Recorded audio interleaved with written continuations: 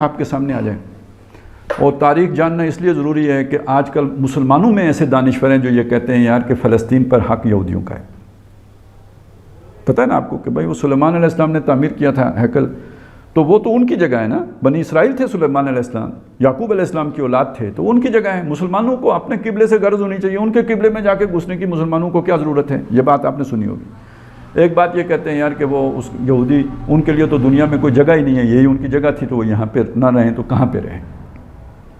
تیسری بات یہ کہ مسلمانوں نے ان کے اوپر بڑا ظلم کیا کہ ان کو ان کے آبائی علاقے سے مسلمانوں نے نکال باہر کیا.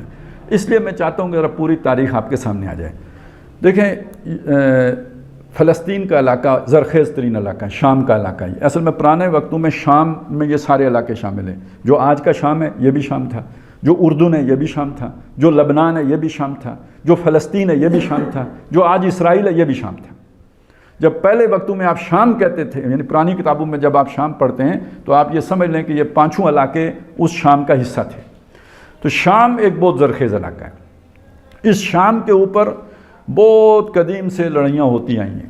تو بہرحال یہ ان لڑائیوں کی طرف بعد میں آتے ہیں. پہلے یہ سمجھ لیجئے تقریباً آج سے 4,500 سال پہلے اندازاً، یا 5,000 سال، 5,000 سے زیادہ نہیں ہے، 4,500 سے کم نہیں ہے، جب ابراہیم علیہ السلام نے عراق سے ہجرت کر کے اس جگہ کو اپنا مسکن بنایا ہے. ابراہیم علیہ السلام نمرود کا علاقہ عراق تھا اور وہاں سے انہوں نے ہجرت کی، اور لوط علیہ السلام ان کے ساتھ آئے.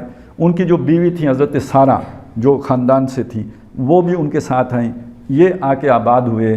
یہ جو کنعان کہتے ہیں وہ جو جگہ، یہاں آ کے، یعنی جو جہاں پہ اب بیت المقدس ہے، اس جگہ پہ آ کے انہوں نے ڈیرا ڈالا. اب اس کے بعد وہ مصر گئے، وہاں پہ ان کی ایک اور شادی ہو گئی. حضرت ہاجرہ ان کی بیوی بنی، ان کو بھی لے آئے. اور جب بچہ پیدا ہوا تو اس بچے کو، یہ پہلا بچہ تھا، حضرت سارہ سے ابھی تک کوئی بچہ نہیں تھا. یہ جو بچہ ہے اس کا نام اسماعیل ہے. پھر اس کو اور اس کی ماں دونوں کو لا کے حجاز میں آباد کر دیا، جو بیت اللہ ہے، جو اب ہمارا قبلہ ہے. یہاں لا کے کس نے آباد کیا؟ ابراہیم علیہ السلام نے آباد کیا. اس کے بعد اللہ تعالیٰ نے حضرت سارہ کو بھی اولاد دے دی، وہ حضرت اسحاق ہے. اور وہ مرکز حضرت ابراہیم علیہ السلام نے وہاں پہ بنایا. وہ بھی مسجد ابراہیم علیہ السلام نے بنائی، یہ بھی مسجد ابراہیم علیہ السلام. اچھا، مسجد کا مطلب سمجھ لیجئے.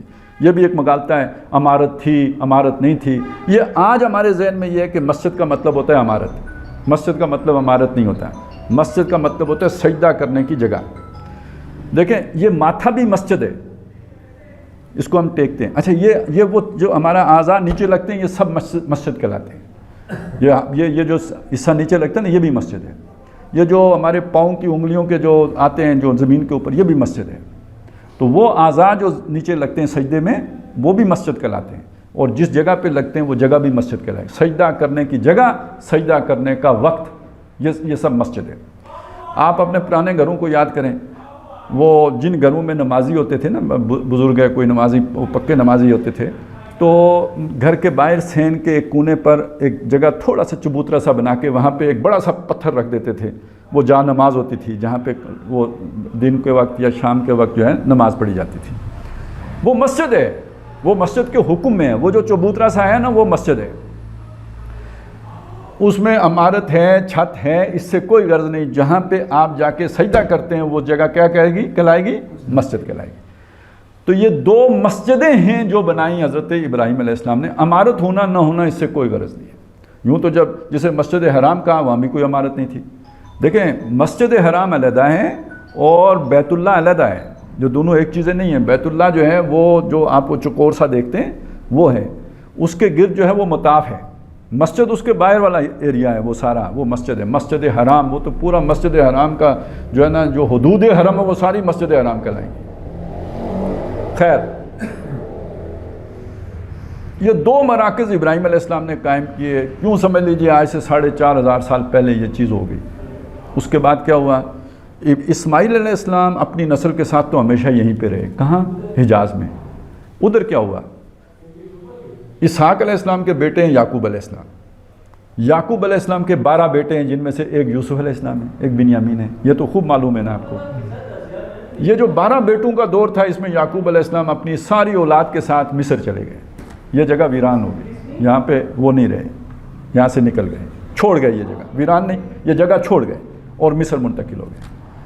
مصر میں اندازہ یہ 300 سال رہے.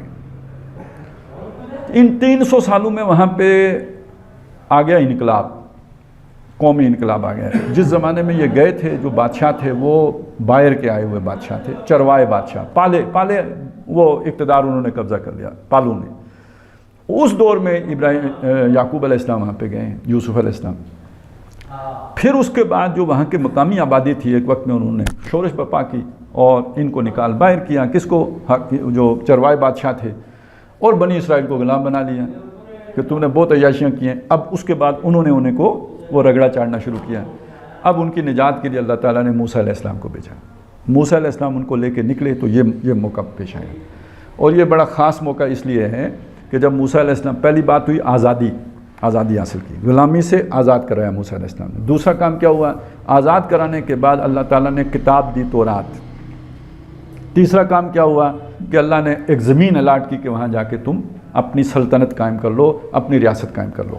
اب یہ جگہ آگے انہوں نے انکار کر دیا، لڑیں گے نہیں. 40 سال کے لیے منصوبہ مؤخر ہو گیا. 40 سالوں کے بعد یوشع ابن نون، وہی جو 2 شخص تھے نا اللہ سے ڈرنے والے، ان میں سے ایک یوشع ابن نون تھے. ان کی قیادت میں انہوں نے جنگ کی. موسیٰ علیہ السلام تو فوت ہو گئے، ہارون علیہ السلام فوت ہو گئے. یوشع ابن نون کی قیادت میں جنگ کی، اللہ نے فتح دی. لیکن متحدہ حکومت قائم کرنے کا سلیقہ نہیں تھا. 12 قبیلے تھے، 12 حکومتیں قائم کر لی. وہ 12 سردار، جیسے نہیں ہوتا والد فوت ہوئے تو آپ نے زمین تقسیم کر لی، تو انہوں نے یہ بھی اس زمین کو بھی 12 حصوں میں تقسیم کر لے، اپنا اقتدار قائم کر لیا.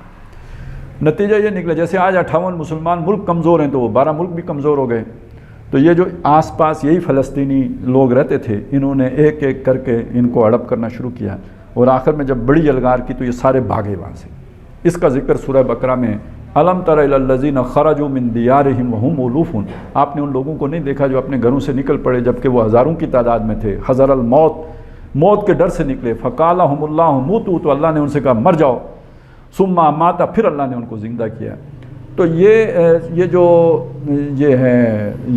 یہ خروج ان کا یہ 3000 سال پہلے کی بات ہے. آج سے اندازاً 3000 سال پہلے کی بات ہے کہ جب وہ یہ واقعہ پیش آیا.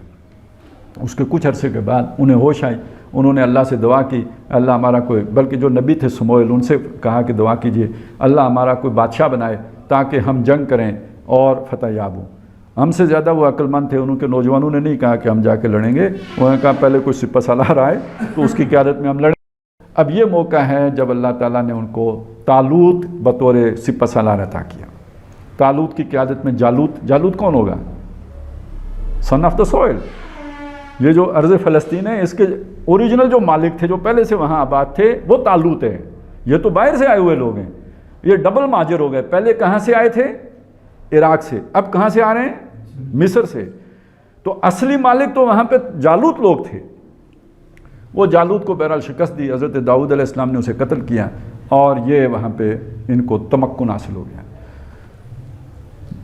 16 سال طالوت کے، 40 سال اس کے بعد حضرت داؤد علیہ السلام کے، اور 40 سال حضرت سلیمان علیہ السلام کے. 100 سال سمجھ لیں، 96 سال بنتے ہیں. 100 سال عظیم ان کی سلطنت رہی. اسی میں سلیمان علیہ السلام نے اس مسجد، وہاں پہ وہ والی مسجد بنا دی. یعنی وہ پہلے تو مسجد تھی، اب وہاں پہ عمارت بھی بن گئی، عالی شان گریٹ عمارت بنا دی. یہ اسے کہتے ہیں یہ ہیکل سلیمانی. ہم تو مسجد کہیں گے لیکن ان کے ہاں اسے کہتے ہیں ہیکل سلیمانی بن گیا. ٹیمپل بھی کہتے ہیں، first temple, second temple, third temple کی اب بات ہو رہی ہے. ٹیمپل بھی کہتے ہیں، ہیکل بھی کہتے ہیں. اچھا اب آ جائیں اس کے بعد کیا ہوا. سلیمان علیہ السلام کے بعد، اچھا یہ سلیمان علیہ السلام کے دور میں یہ سلطنت کہاں تک پہنچ گئی؟ یمن تک پہنچ گئی. ملکہ سبا جو تھی وہ بھی مفتوح ہو گئی نا. وہ کہاں کی رہنے والی تھی؟ قوم سبا یمن کی رہنے والی. اس کا مطلب ہے یہ پورا جو علاقہ ہے نا، شام سے لے کے یمن تک، یعنی یہ بحیرہ احمر سے لے کے میڈیٹرینین تک، یہ سارا علاقہ جو ہے نا اس سلطنت میں شامل ہو گیا. بہت گریٹر اسرائیل اس زمانے کا بن گیا. اب اس کے بعد جب حضرت سلیمان علیہ السلام کی وفات ہوئی ہے تو ان کے بعد ان کے 2 بیٹے تھے، انہوں نے سلطنت کو 2 حصوں میں تقسیم کر لیا. ایک یہ مرکزی سلطنت تھی جس میں یہ آج کا اسرائیل سارا شامل تھا، یروشلم شامل تھا. ایک دوسری سلطنت تھی، وہ اس کا نام یہودیہ تھا، شاید مجھے ذہن میں گڑبڑ ہو رہی ہے. اس کا نام اسرائیل تھا، اس کا نام یہودیہ تھا. وہ جو ہے نا 721 قبل مسیح میں، اب دیکھیے 1020 میں وہ ہو رہا ہے، 1020 قبل مسیح میں طالوت کی حکومت قائم ہوئی ہے. 100 برس اور لگا دیجئے تو 920 رہ گئے. اس کے بعد 200 سال ڈواڈول، جیسے سلطنت مولیہ ہماری چلتی رہی تو وہ بھی ڈواڈول چل گئی. لیکن یہ کہ 721 قبل مسیح میں سارگون ایک بادشاہ تھا، کس کا؟ فلسطینیوں کا. اس نے یعنی شام اور فلسطین کے علاقے کا رہنا، اس نے حملہ کیا اور وہ جو شمالی ریاست تھی اس کو ختم کر دیا. سامریہ تھی، ہاں، وہ ختم کر دی. ایک باقی رہ گئی، یعنی بنگلہ دیش علیحدہ ہو گیا، پاکستان باقی رہ گیا، مشرقی پاکستان رہ گیا، ایک پاکستان ٹوٹ گیا، ختم ہو گیا. اچھا، اب اس کے بعد آگے چلے کام. اس کے تقریباً 150 سال کے بعد یا بلکہ 125 سال کے بعد 587 جو ہے نا 587 13 اور ادھر سے جو ہے نا وہ کتنے تھے جی 21 34 یعنی 134 سالوں کے بعد عراق کا بادشاہ تھا بخت نصر. اس نے حملہ کیا وہاں پہ اور اس پورے علاقے پر قبضہ کر لیا. حملہ کیوں کیا یہ اب سوچنے کی بات ہے، یہ اہم بات ہے، اسے سمجھیں، آج بھی سمجھیں کیا مسئلہ ہے. یہ جو علاقہ ہے نا یہ دنیا کی توجہ کا ہمیشہ مرکز رہا ہے. ایک اس سبب سے رہا ہے کہ یہ جو ہے نا زرخیز علاقہ ہے، اور دوسرا اس وجہ سے کہ یہ گیٹ وے ہے. تمام مشرق سے اور مغرب سے جتنی تجارت ہوتی ہے اس کی گزرگاہ یہ ہے. یہ نہر سویز تو اب بنی ہے نا، پہلے جتنا بھی مشرق سے آتا تھا مال تجارت وہ آ کے یمن اترتا تھا، اور یمن سے وہ جا کے اترتا تھا شام، مطلب اسے زمینی راستے سے جاتا تھا اور مغرب میں وہاں سے چلا جاتا، اور جو مغرب سے آتا تھا وہ آ کے شام اترا. تو یہ ایسٹ ویسٹ ٹریڈ ساری اس علاقے میں ہوتی تھی. تو جو بھی معاشی طاقت جس نے بننا ہے تو یہ علاقہ اس کے قبضے میں ہونا لازمی ہے. لہٰذا یہ ایران جب طاقت تھا، سپر طاقت تھا، اور جب روم طاقت تھا تو ان کی لڑائی اسی علاقے میں ہوتی تھی. نبی صلی اللہ علیہ وسلم کے دور میں بھی ایرانیوں نے اس علاقے پر حملہ کر کے تو رومیوں کو نکال باہر کر دیا تھا، ترکی تک نکال لیا تھا. پھر رومیوں نے اسی دور میں چند سالوں کے بعد 8-9 سالوں کے بعد دوبارہ حملہ کر کے ایرانیوں کو شکست دے دی تھی. تو یہ ان کی کبڈی کا مقابلہ یہیں پہ ہوتا رہتا تھا. عرصہ دراز سے رومی اور یہ آپس میں لڑتے چلے آئے تھے. تو اسی طرح عراقیوں نے وہاں پہ حملہ کر کے قبضہ کر لیا جب وہ طاقتور تھے اور وہ جو بخت نصر تھا. لیکن اصل جو بات سمجھنے کی ہے وہ کیا ہے، وہاں پہ اس وقت 12 لاکھ یہودی آباد تھے. 12 لاکھ. اس نے 6 لاکھ قتل کیے. آج آپ کے سامنے نا فلسطینی ہے، میں صرف اس لیے آپ کو کہانی سنا رہا ہوں اس علاقے میں کتنی قتل و غارت گری ہوتی رہی ہے. 6 لاکھ یہودی اس بخت نصر مشرک اس نے قتل کیے. 6 لاکھ کو اس نے غلام بنایا اور بیبلونیا لے گیا. ایک متنفس زندہ باقی یروشلم میں نہیں چھوڑا. 12 لاکھ کا شہر ایک آدمی کی سانس سے بھی محروم ہو گیا. کوئی سانس لیتا بندہ وہاں پہ باقی نہیں تھا. اس موقع پہ وہاں حضرت عزیر علیہ السلام کا گزر ہوا تو ان کی زبان سے الفاظ نکلے، انا یحیی ھذہ اللہ بعد موتہا. اس طرح برباد ہونے کے بعد اللہ اسے کیسے دوبارہ زندہ کرے گا، دوبارہ کیسے آباد کرے گا. فاماتہ اللہ 100 عام. اللہ نے انہیں 100 سال کے لیے سلا دیا. ثم بعث، پھر کھڑا کیا. کالا کم لبستہ، پوچھا کتنا عرصہ سوئے رہے ہو. کالا لبست یوما او بعض یوم. انہوں نے کہا جی ایک دن یا دن کا بھی کوئی حصہ. اللہ نے کہا بل لبست 100 عام، تو 100 سال سویا رہا ہے. فانظر الی طعامک لم یتسنہ، اپنے کھانے کو دیکھو باسی نہیں ہوا ہے، فریش ہے، تازہ ہے. لیکن گدھے کو دیکھو سڑ گیا ہے، اس کی ہڈیوں کے اوپر سے گوشت بالکل ختم ہو گیا ہے. ہڈیاں وہ لائن رکھی ہوئی باقی ہے، باقی کچھ نہیں رہا ہے. اور اب دیکھو اس گدھے کو میں کیسا زندہ کرتا ہوں، اس پہ گوشت کیسے چڑھاتا ہوں. تو جیسے یہ زندہ ہوگا تو یہ شہر بھی آباد ہو جائے گا. تو جاؤ شاباش. تو وہ گئے، انہوں نے جا کے دعوت دی بنی اپنی قوم کو ایمان پر. وہ ایمان کی محنت کی. قوم کے اندر وہ ایمان کی کوئی جو جاگی کوئی رمق. تو پہلی بات یہ ہوئی کہ اللہ تعالیٰ نے ایران کے بادشاہ کے دل میں ڈالا، اس نے عراق پر حملہ کر دیا. یہ جنگیں ایسے ہی نہیں ہوتی. اس نے عراق پر حملہ کر دیا. عراق کی طاقت کا کچومر اس ایرانی بادشاہ نے نکال لیا. ایک خیال یہی ہے کہ ذوالقرنین وہی تھے. کیخورس بادشاہ کا نام تھا، لیکن خیال یہی ہے کہ اصل ذوالقرنین وہی تھا. اسی لیے بنی اسرائیل نے پوچھا تھا کہ ان کا محسن ہے. تو وہ ذوالقرنین نے یا جو بھی کیخورس تھے اس نے قبضہ کر لیا عراق پر، اور بنی اسرائیل کو کہا کہ تم جاؤ اپنے شہر میں آباد ہو جاؤ. دنیا بدل گئی. دنیا بدلی، ان کے لیے موقع پیدا ہو گیا. انہوں نے جا کے اپنا شہر دوبارہ آباد کرنا شروع کیا. تقریباً 450 یعنی آج سے 2500 سال پہلے کی کہانی ہے. انہوں نے جا کے اپنا شہر دوبارہ آباد کیا. پھر مسجد بنی. دوسری دفعہ ٹیمپل تعمیر ہوا یا ہیکل تعمیر ہوا یا مسجد تعمیر ہوئی، جو لفظ آپ کو اچھا لگے وہ استعمال کریں. یہ تینوں مستعمل ہیں. اچھا اب وہ جب بن گیا اس سے بھی بڑی کہتے ہیں سلطنت قائم ہوئی، اسے عظیم مکابی سلطنت کہتے ہیں، یہ بن گئی۔ لیکن جب انہوں نے پھر اللہ کے حکموں کی نافرمانی کی تو اب اللہ نے رومیوں کو مسلط کیا۔ رومی بھی مشرک تھے، وہ مسلط ہوئے۔ جب وہ مسلط ہوئے تو سب سے پہلے انہوں نے بنایا غلام، اور یہ کب کا واقعہ ہے؟ یہ آج سے 2100 سال پہلے کا واقعہ ہے، یعنی تقریباً 63 قبل مسیح میں، یعنی حضرت عیسیٰ علیہ السلام کے آنے سے 63 سال پہلے ان کو غلام بنا لیا رومیوں نے اپنا، باج گزار، یعنی سالانہ ٹیکس دیتے تھے رومیوں کو، اور حکومت ان کی تھی، ان کا گورنر ان کا وہاں پہ بیٹھتا تھا، ان کا بھی ایک وہ جو ہے نا کچھ یعنی داخلی کچھ تھوڑا سا ایک اختیار دے رکھا تھا، اصل حکومت ان کی تھی رومیوں کی۔ اب یہاں سے کہانی میں بڑا دلچسپ موڑ آتا ہے، یہ اس میں ہمارے لیے بڑا سبق ہے۔ یہی وہ دور ہے جس میں اللہ تعالیٰ نے حضرت عیسیٰ علیہ السلام کو بھیجا، اتنے معجزے دے کے بھیجا۔ آپ اچھی طرح حضرت عیسیٰ علیہ السلام سے واقف ہیں، مردے کو زندہ کرتے تھے، گارے سے پرندہ بنا کے پھونک مارتے تھے، اڑنے لگتا تھا، بتا دیتے تھے تم کھا کے کیا آئے ہو، گھروں میں کیا سٹاک کیا ہوا ہے، اس طرح کے معجزات، مردے سے کلام کرتے تھے۔ لیکن بنی اسرائیل نے، ان کے علماء نے، ان کے دین داروں نے، جو تورات پڑھنے والے تھے، حضرت عیسیٰ علیہ السلام کو ماننے سے انکار کر دیا۔ نہ صرف انکار کر دیا بلکہ یہ سمجھا کہ یہ کافر ہو گیا ہے۔ ان کی سمجھ کے مطابق جو کچھ عیسیٰ علیہ السلام کہہ رہے ہیں یہ کفر ہے، کافر ہو گیا تو مرتد ہو گیا ہے، تو مرتد ہو گیا تو واجب القتل ہو گیا ہے۔ اس لیے انہوں نے کہا کہ اس کو سولی دو۔ آپ سوچیں عیسیٰ علیہ السلام کیوں آئے تھے؟ دین موسوی زندہ کرنے آئے تھے۔ جو دین موسوی کے پیروکار ہیں وہ کہہ رہے ہیں یہ کافر ہیں۔ کوئی سمجھ آئی؟ یعنی آج اگر دیکھیں عیسیٰ علیہ السلام حضرت موسیٰ علیہ السلام سے 1500 تقریباً 1400 سال بعد آئے ہیں، آج حضور سے ہمیں 1400 سال ہو گئے ہیں۔ تو اگر اس وقت 1400 سالوں کے بعد دین کے ساتھ یہ ہو چکا تھا، اب سوچیں نا آج بھی تو کچھ ہو چکا ہوگا۔ اور حضور نے فرمایا تھا بدا الاسلام و غریباً فسیعود کما بدا، اسلام شروع ہوا تو اجنبی تھا اور واپس ویسے ہی ہو جائے گا جیسے پہلے تھا۔ تو آج اگر کوئی سچا آئے تو وہ پھر لگے گا کہ یار یہ کیا بات کر رہا ہے، یہ تو مروائے گا۔ خیر، عیسیٰ علیہ السلام کو اپنے بس پڑتے سولی چڑھا دیا۔ دوسری طرف اچھا عیسیٰ علیہ السلام کو جن لوگوں نے مانا وہ کون تھے؟ نہ اس وقت کے لیڈروں نے مانا، نہ سرداروں نے مانا، نہ اس وقت کے علماء نے مانا، نہ اس وقت کے صوفیاء نے مانا۔ اور مزے کی بات یہ ہے کہ جہاد اس وقت بھی ہو رہا تھا۔ کیوں ہو رہا تھا؟ قبضہ کس کا ہے؟ رومیوں کا۔ رومیوں کے خلاف مجاہدین دائیں بائیں پہاڑوں پر موجود تھے جو کبھی کبھی چھاپا مار کاروائیاں کر دیتے تھے، جیسے آج ہم کر رہے ہیں۔ اس وقت یہی کام یہودی کر رہے تھے۔ کس کے خلاف؟ رومیوں کے خلاف کر رہے تھے۔ جو وقت کا رسول ہے اس کا ساتھ نہیں دے رہے، لیکن یہودیوں کے یہ رومیوں کے خلاف جہاد جاری رکھے ہوئے ہیں۔ حضرت مسیح علیہ السلام کو اللہ نے زندہ آسمان پر اٹھا لیا، یہ ہمارا عقیدہ ہے۔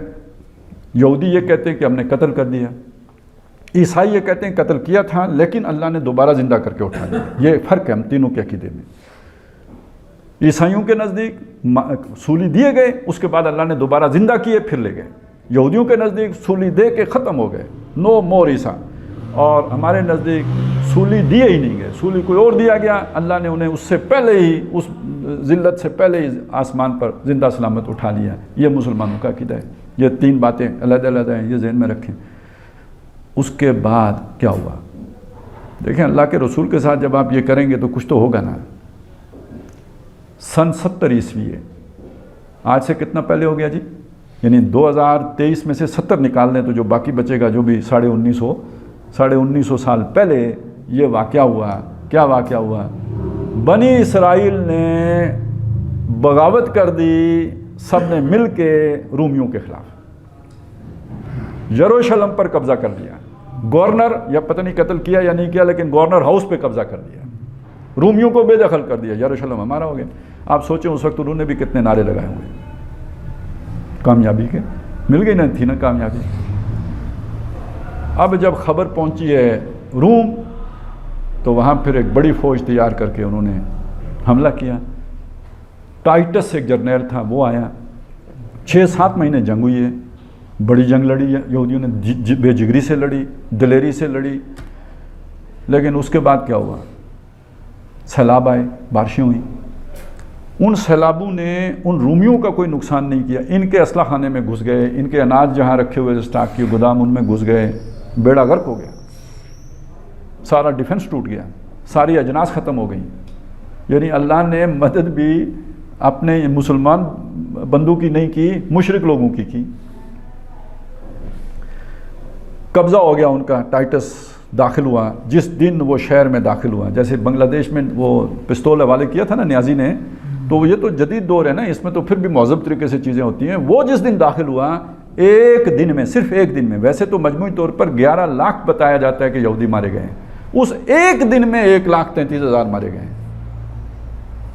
سنگل ڈے 1 لاکھ، جبکہ نہ ابھی پستول ہیں، نہ گولیاں ہیں، نہ برسٹ ہیں، کچھ نہیں ہے، ہاتھوں سے مارنے والا کام ہے۔ 1,33,000 ایک شہر میں قتل کیے گئے، اور ہیکل دوسری دفعہ گرا دیا گیا، اس میں کچھ باقی نہیں۔ یہ ساری تفصیل آپ کو مل جائے گی سورہ بنی اسرائیل کے پہلے رکوع میں، ابھی جتنی میں نے آپ کو بتائی ہے نا، یہ سارا آپ جا کے کسی بھی تفسیر میں پڑھیں گے، آپ کو یہ واقعات سارے مل جائیں گے اس کے اندر۔ ابھی موقع نہیں ہے کہ میں وہ آیتیں ساری پڑھ کے آپ کو سناؤں، لیکن وہاں آپ کو یہ تفسیر مل جائے گی۔ وَقَضَيْنَا إِلَىٰ بَنِي إِسْرَائِيلَ فِي الْكِتَابِ لَتُفْسِدُنَّ فِي الْأَرْضِ مَرَّتَيْنِ وَلَتَعْلُنَّ عُلُوًّا كَبِيرًا، یہ اس سے لے کے عَسَىٰ رَبُّكُمْ أَن يَرْحَمَكُمْ وَإِنْ عُدتُّمْ عُدْنَا، وہاں تک آپ کو یہ سب مل جائے گا۔ اچھا، اب آ جائیں پھر اس کے بعد کی کہانی، آگے چلیں۔ رومی جنہوں نے کہ اس علاقے پر قبضہ کر کے ان کو تتر بتر کر دیا، دنیا میں بکھیر دیا، یہ کب ہوا؟ 70 عیسوی میں ہوا۔ 70 عیسوی میں 230 اور جمع کریں تو کتنا ہو جائے گا؟ 300۔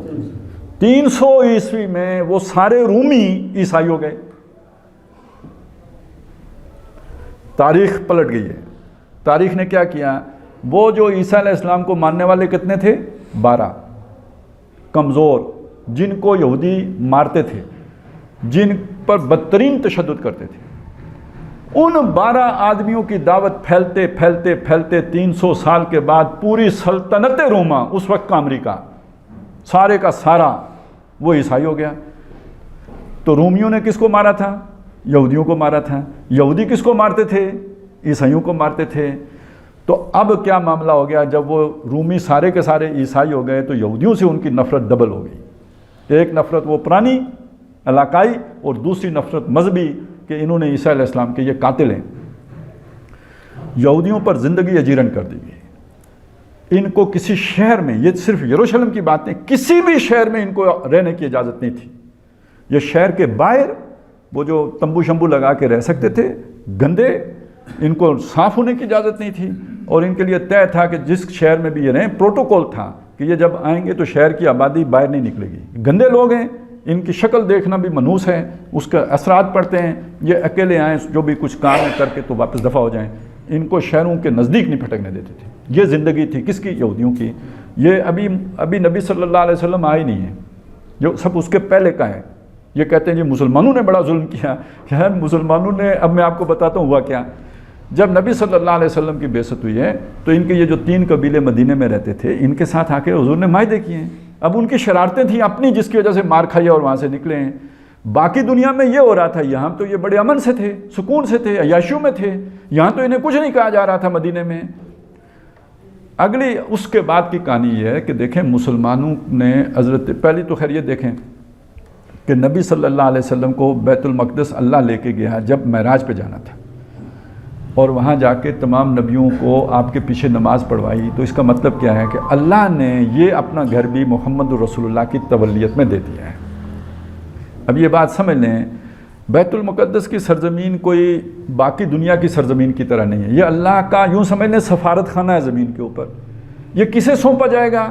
جس کے پاس اللہ کی طرف سے ماموریت کا سرٹیفکیٹ ہوگا، مہر نبوت جس کے پاس ہوگی، یہ گھر اس کا ہے۔ تو جب موسیٰ علیہ السلام کے تسلسل میں عیسیٰ علیہ السلام آ گئے اور ان کو یہودیوں نے اپنے بس پڑتے سولی چڑھا دیا، تو اب اس گھر کا جائز وارث عیسائی ہو گئے نہ کہ یہودی، اور اللہ نے ان کو سونپ بھی دیا۔ یہودیوں کو تو وہاں سے نکال دیا اور عیسائیوں ہی کے قبضے میں چلا گیا۔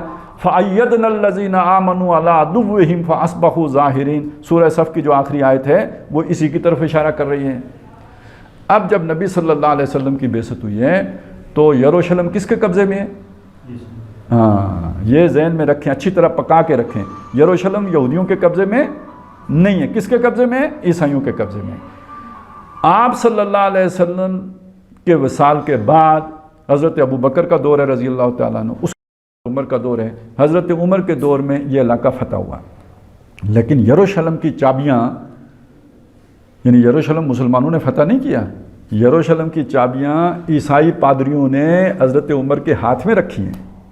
کیوں رکھی ہیں؟ انہوں نے کہا کہ بھئی یہ وہ بندہ ہے جس کی نشانیاں ہمارے پاس موجود ہیں. نشانیاں دیکھ کے رکھی ہیں نا، یا بغیر نشانیاں دیکھ کے رکھی ہیں؟ نہیں تو وہ جو سپہ سالار کے تھے ان کے ہاتھ پہ رکھ دیتے. تو یہ نشانیاں ان کو کس نے بتائی تھیں؟ ہاں ان کی کتاب میں تھیں. یجدونہ مکتوبا عندہم فی التوراۃ والانجیل، نبی کو بھی لکھا ہوا پائیں گے اپنے پاس تورات اور انجیل میں. لیکن یہ کہ سورہ فتح کے آخر میں کیا ہے؟ وہ جو مثلہم فی التوراۃ و مثلہم فی الانجیل، یہ صحابہ کرام کی مثالیں تورات اور انجیل میں موجود ہیں. تو ان کو پتا تھا کہ وہ جو نبی آخر الزماں آئیں گے تو اللہ تعالیٰ اس کعبے کی تولیت ان کو دیں گے. تو ان کے جو جان نثار یہاں آئیں گے، ہم نے چابیاں ان کے حوالے کرنی ہیں. تو انہوں نے بغیر لڑے بھیڑے چابیاں حضرت عمر رضی اللہ تعالیٰ عنہ کو دی ہیں. اور ہم نے لی کس سے ہیں؟ عیسائیوں سے لی ہیں، یہودیوں سے نہیں لی. یہودیوں کو عیسائی نکال چکے تھے وہاں سے. اب اس سے آگے چلیں، انہوں نے تو دے دی، اپنی مرضی سے دے دی. لیکن بعد میں جو عیسائی آئے انہوں نے پھر مسلمانوں کے ساتھ مخاصمت کی، حملے کیے. یہاں سے صلیبی جنگوں کا آغاز ہوا. پہلے والے عیسائیوں کے ساتھ مسلمانوں کا جھگڑا نہیں ہوا تھا، انہوں نے خود چابیاں دی تھیں. بعد میں صلیبی جنگوں کا آغاز ہوا. پھر کبھی ہمارے پاس، کبھی ان کے پاس، کبھی ہم سے نکل گیا. پھر صلاح الدین ایوبی نے ان سے حاصل کر لیا. یہ صلیبی جنگیں ہیں ساری. لیکن 70 عیسوی سے لے کے عیسائیوں مسلمانوں کے پاس تو قبضہ آتا جاتا رہا. یہودیوں کے پاس یہ قبضہ 1948 سے پہلے نہیں آیا. کتنا سال ہو گیا جی؟ 1880 سال ہو گیا. 1880 سال ایک قوم وہاں سے بے دخل رہی ہے، وہاں نہیں جا سکی. اور متفق تھے عیسائی بھی اور مسلمان بھی کہ ان کو یہاں پہ نہیں آنے دینا ہے. بلکہ عیسائیوں نے مسلمانوں سے لکھوایا تھا کہ ہم آپ کے حوالے کر رہے ہیں، ان کو یہاں پہ نہیں آنے دینا ہے. ہاں آئیں دیوار گریا پہ روئیں دھوئیں، آباد نہیں ہو سکتے. وزٹ کر سکتے ہیں، آباد نہیں ہو سکتے. یہ طے تھا. 1917 میں جب مسلمانوں کے ہاتھوں سے یروشلم نکلا اور سلطنت برطانیہ کے قبضے میں گیا تو انہوں نے پھر آ کے ان کو آباد کاری کی اجازت دی. 48 میں ملک بن گیا، ناجائز ریاست بن گئی. 67 میں انہوں نے ہم سے قبلہ اول چھین لیا اور 73 میں توسیع ہو گئی بلکہ. تو اب یہ ساری اس کی تاریخ بن گئی. یہ سارا ان کا غاصبانہ قبضہ ہو گیا. اب جب ہمیں یہ کہا جاتا ہے یار اس پہ یہودیوں کا حق ہے، ذرا میں نے تاریخ آپ کے سامنے اس لیے رکھی. مسلمانوں نے ان پر بڑا ظلم کیا. تاریخی طور پر یہ بات بالکل غلط ہے. عیسائی ان پر ظلم کر رہے تھے. مسلمانوں اور یہودیوں کا جھگڑا، عیسائیوں کا جھگڑا ہوتا تھا ہر جگہ. دیکھیں نا، یروشلم مسلمانوں نے کس سے لیا؟ عیسائیوں سے. اسپین مسلمانوں نے کس سے لیا؟ عیسائیوں سے. لڑائیاں مسلمانوں کی کس سے ہو رہی ہیں؟ عیسائیوں سے.